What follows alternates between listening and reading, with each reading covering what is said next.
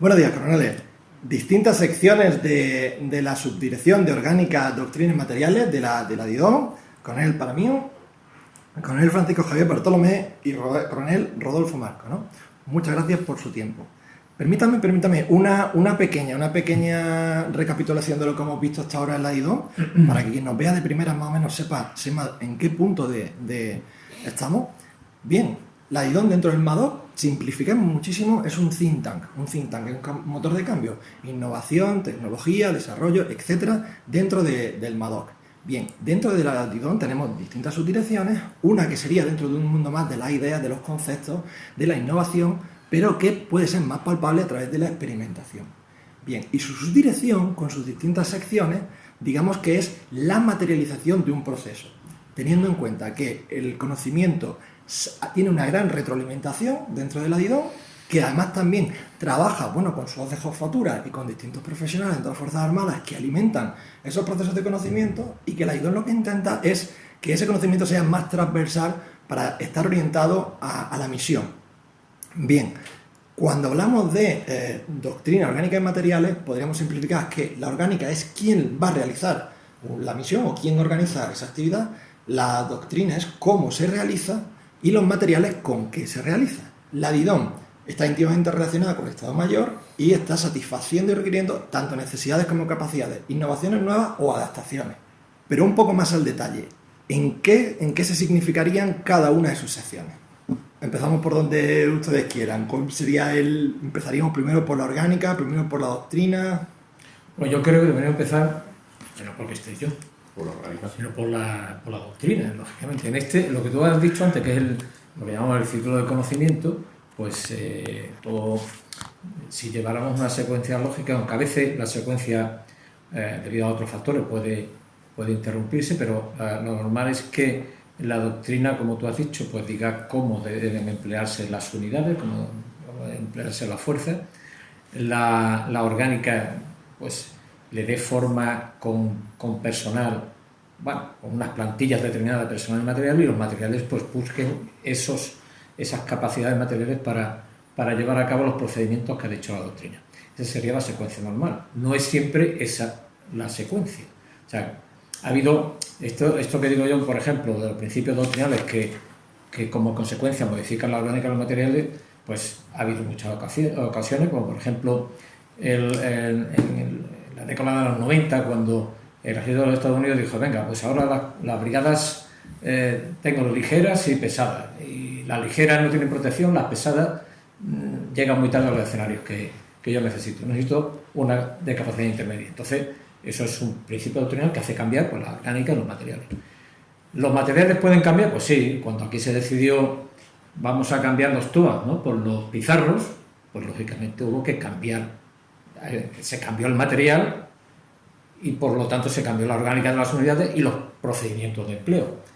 Y también ocurre cuando en algún momento determinado se decide vamos a reducir la plantilla de los ejércitos, pues de 300.000 a 100.000, pues lógicamente tenemos que, para conseguir las mismas capacidades, crear nuevas brigadas, nuevos batallones, etcétera, con otros nuevos procedimientos de empleo. O sea, lo normal es que los principios doctrinales comiencen y muevan, sean el motor para mover los demás, pero por eso todos los tres estamos metidos en la misma subdirección, porque la interacción entre las tres secciones es muy llamativa y es muy frecuente.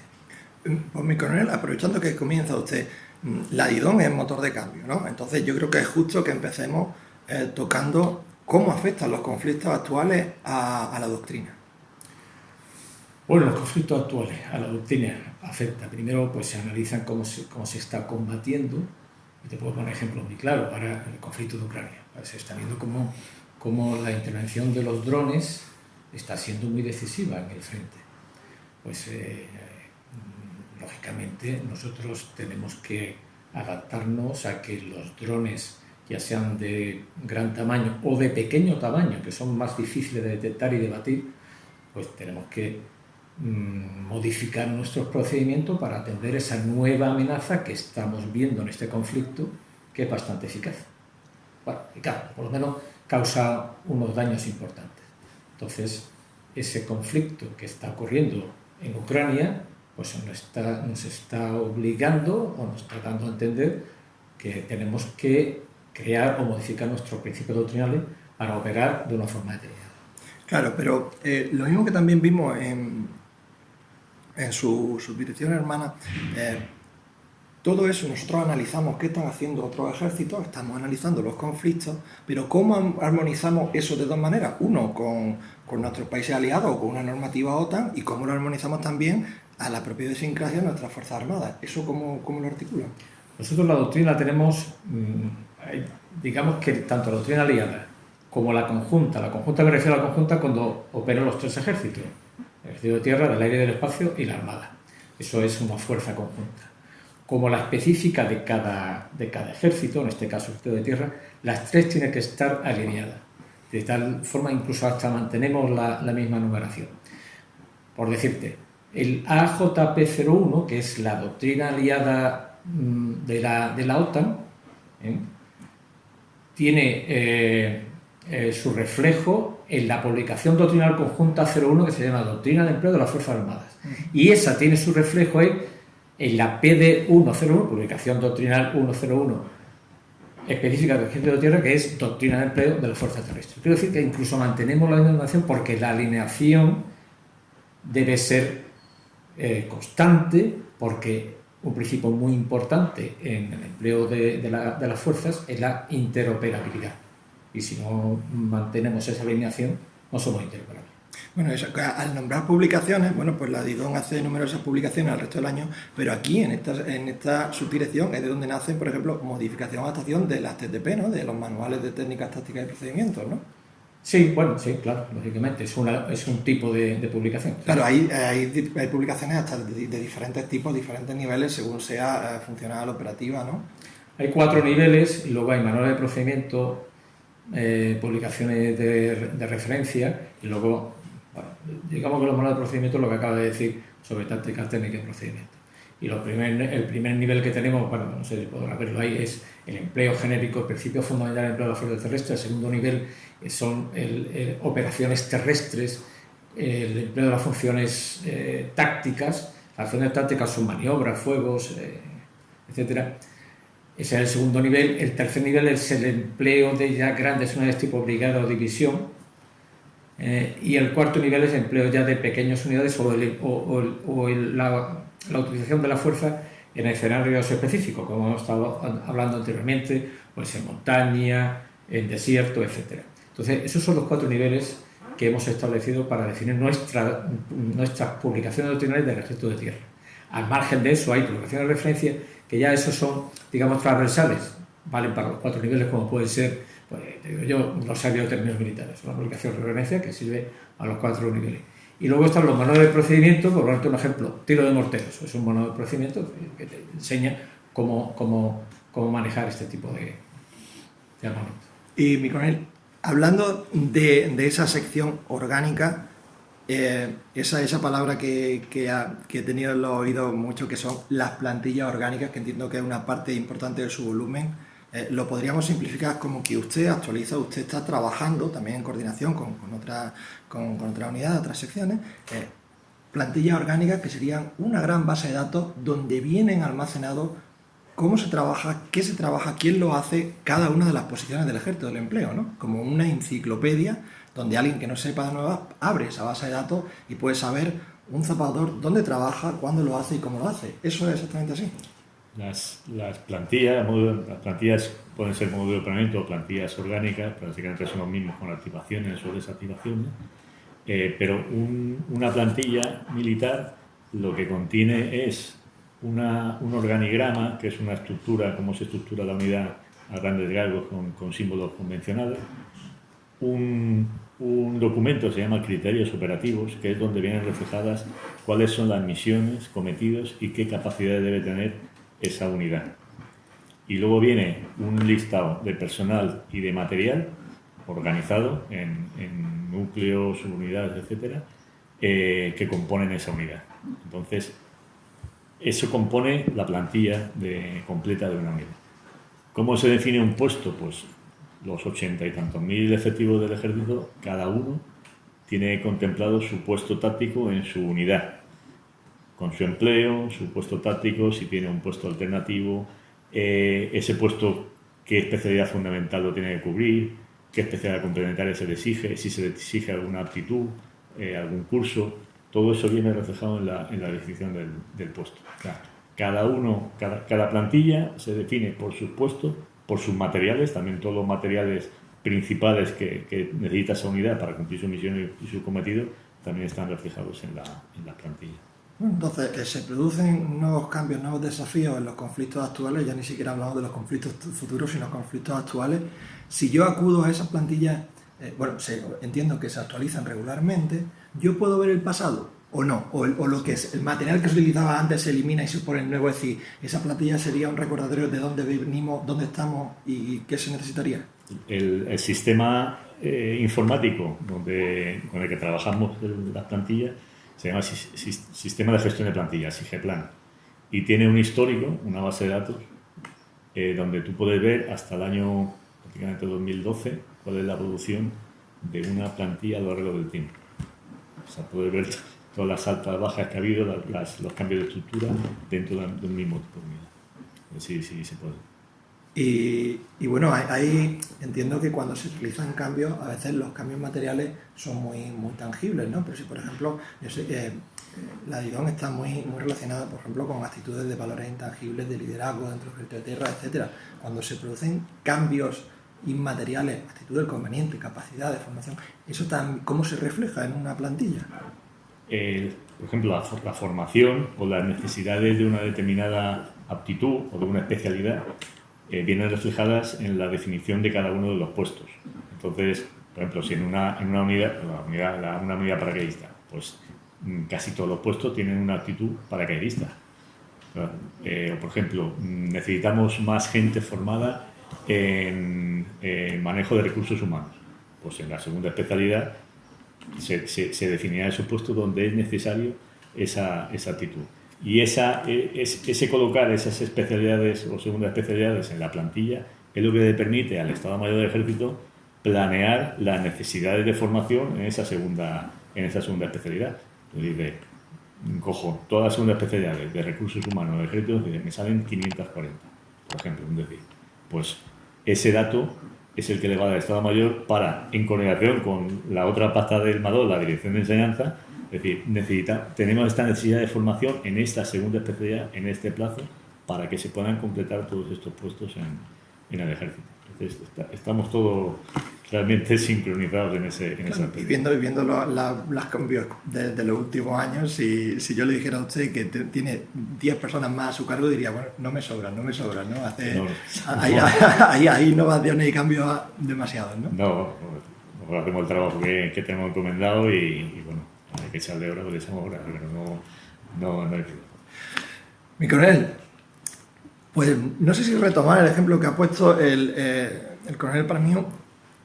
Usted llevaría la sección de material, es decir, ya empezamos a tocar, vemos que tenemos muchos cambios en el mundo de los drones, que eso sería un material relativamente nuevo en muchos sentidos. Teníamos drones en el ejército de tierra, pero eso también implica, por ejemplo, ahora cómo se trabaja la artillería. Pues el observador de posición avanzada de la artillería, pues ya puede ser un piloto de dron que esté retrasado de la artillería, ¿no? Eso en términos de materiales, ¿cómo se armonizaría? Vamos a ver, como ha dicho el coronel Paramio, efectivamente, en las tres secciones estamos muy relacionadas, porque cualquier cambio en los materiales o lo que afecte a una sección puede afectar a otra. Un cambio de orgánica puede afectar a la necesidad de nuevos materiales o a ciertos materiales que estaban en dotación que se queden obsoletos y se quiten de las plantillas y de las unidades. Puede afectar también a nuevos documentos doctrinales que pueda elaborar la sección de doctrina, o viceversa, como una nueva publicación doctrinal, porque viene conceptualmente así de OTAN, o porque la superioridad así lo ha decidido, se hace un nuevo documento doctrinal, que eso puede generar una modificación en las plantillas y puede generar una necesidad de nuevos materiales. O sea que por eso están las tres no trabajamos de forma independiente en pequeños núcleos, sino que cualquier cambio en cualquiera de las tres secciones afecta, la mayor parte de las veces afecta a las otras secciones. Y referente a los drones, pues en este caso sí, Los drones ahora mismo se está desarrollando en el ejército de tierra, se estaban utilizando hasta hace algunos años los sistemas de ala fija, que eran los conocidos como el Raven o el PASI, más conocido también, pero ahora se está potenciando bastante los de ala rotatoria, que son muchísimo más pequeños, aunque hay diferentes clasificaciones en función del tamaño, pero por lo general los de ala rotatoria son bastante más pequeños y las utilidades son infinitas o casi infinitas. No hay más que verlo ahora mismo, el masivo empleo que se estaba utilizando en la guerra de Ucrania en drones, los que le llaman de los LSS, que son los pequeños de baja velocidad y bajo peso. Eso significa que esos mismos drones se pueden utilizar para muchísimas misiones.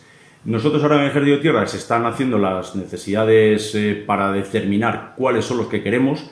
Hay ya programas de adquisición de drones, desde drones pequeñitos, como ha salido en publicaciones de revistas online, desde los Black Hornet, que son unos drones así chiquititos, que son como pequeños helicópteros, hasta puede utilizarse drones de más de, estamos hablando de la rotatoria, de más de 20 kilos o de 30 kilos. Y luego están los drones, lo que llamamos nosotros clase 2, que son los actualmente de dotación, que es el PASI, que es un dron que tiene exclusivamente por ahora unidades de artillería, que bueno, pues en breve pues a lo mejor puede evolucionar a una nueva velocidad, unos nuevos tamaños, y se utilizan para muchas misiones, por ahora casi todas de vigilancia y reconocimiento.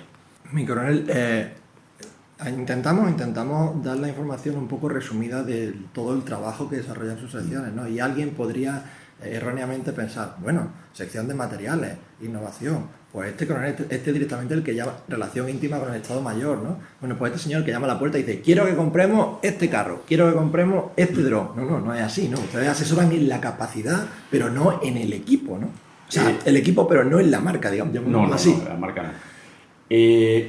Realmente nosotros somos los que menos trascendencia tenemos para el soldado, para las unidades. Nuestro trabajo estaba la mayor parte de las veces relacionado con el M, fundamentalmente. ¿Por qué? Porque nuestras visiones son varias y una de las bases más visibles a nivel M es la redacción de los requerimientos operativos que tienen que tener los materiales que se van a comprar en el ejército en el futuro. Ese inicio de esa redacción de requerimientos operativos puede estar iniciada desde dos vías. Uno, bien, por orden del M, que dice, redacten usted el documento de necesidad operativa, que es el DNO, que es el primer documento por donde se empieza este proceso. Redacten usted el DNO de un vehículo de combate terrestre no tripulado, por ejemplo, lo que tengo aquí. Entonces, nosotros empezamos a desarrollar y a redactar ese documento. Esa es una de las maneras que viene ordenado del M. Otra opción es a iniciativa de cualquier unidad, cualquier regimiento, compañía, batallón. Un capitán de una compañía, por ejemplo, dice, creo que nosotros necesitamos que vamos a tener un dron subacuático. Entonces, redacta la necesidad, se eleva, si su jefe lo tiene bien, lo sigue elevando, hasta que llega a cualquier mando de primer nivel y ese documento de necesidad operativa nos llega aquí, directamente. Nosotros lo validamos, hablamos con la unidad que lo ha generado, se puede llegar a un acuerdo de redacción de criterios y demás, y si consideramos que ya es correcto, lo elevamos al M, y el M luego podrá tenerlo en consideración o no. Ya depende de muchos otros factores, pero no solo es de la necesidad en sí, sino bueno, otros criterios que puede haber, incluso disponibilidad monetaria para comprarlo o cuándo se va a comprar. Eso es una de las actividades que nosotros hacemos, que es el DNO. Posteriormente a eso, porque ese documento no dice yo quiero este material, no, dice yo quiero un material que tenga estas características. Porque no se puede hacer lo otro, es lo mismo que en un PPT, en un documento, un pliego de prescripciones técnicas, cuando se saca la contratación de algo, no dice yo quiero la marca X del modelo Y. No, se dice yo quiero un material que tenga estas capacidades, estas prestaciones, este requisito. Entonces, las empresas que pueden proporcionar un material que se adapte a esos requisitos son las que hacen la oferta. Pues nosotros más o menos hacemos lo mismo. En el documento de requisitos de Estado Mayor, que es el posterior al DNO, es cuando ya se marcan los requisitos bastante más detallados, sin llegar al extremo de un PPT, pero sí que tenga capacidad para volar de esta manera, que tenga capacidad para transportar 600 kilos, o que pueda moverse a una velocidad de 70 km por hora como mínimo, o capacidad, o que quiera que sea. Ya se ponen con más detalle esos requerimientos. Pero no podemos hacer referencia, quiero que se compre el dron, por ejemplo, un DJI Inspire. No, no se puede decir eso. Sí que se puede hacer referencia a que el dron pueda ser similar en características a. Eso está más o menos permitido, pero no significa que tenga que comprarse ese. Si viene la marca DJI, en vez de viene la marca X, y dice, yo tengo un dron que cumple con todas estas características, el dron es similar a estos otros que proponían como ejemplo, que no es nada contractual, pero cumple todos los requerimientos que se piden para ese material. Pues se pueden optar a eso una vez que ya salga la contratación, estamos hablando. Pero lo que nosotros trabajamos fundamentalmente es la redacción de los documentos de necesidad operativa y el documento de requisitos de Estado Mayor, que son la primera fase de todo el procedimiento de adquisición de materiales, que es la fase conceptual.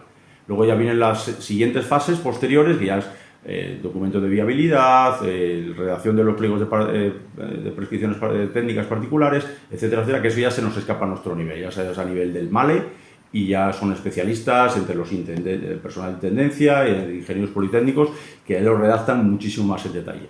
Pero nosotros la fase conceptual inicial es la que estamos imbuidos ahí. Pues me gustaría lanzarle una pregunta a los tres.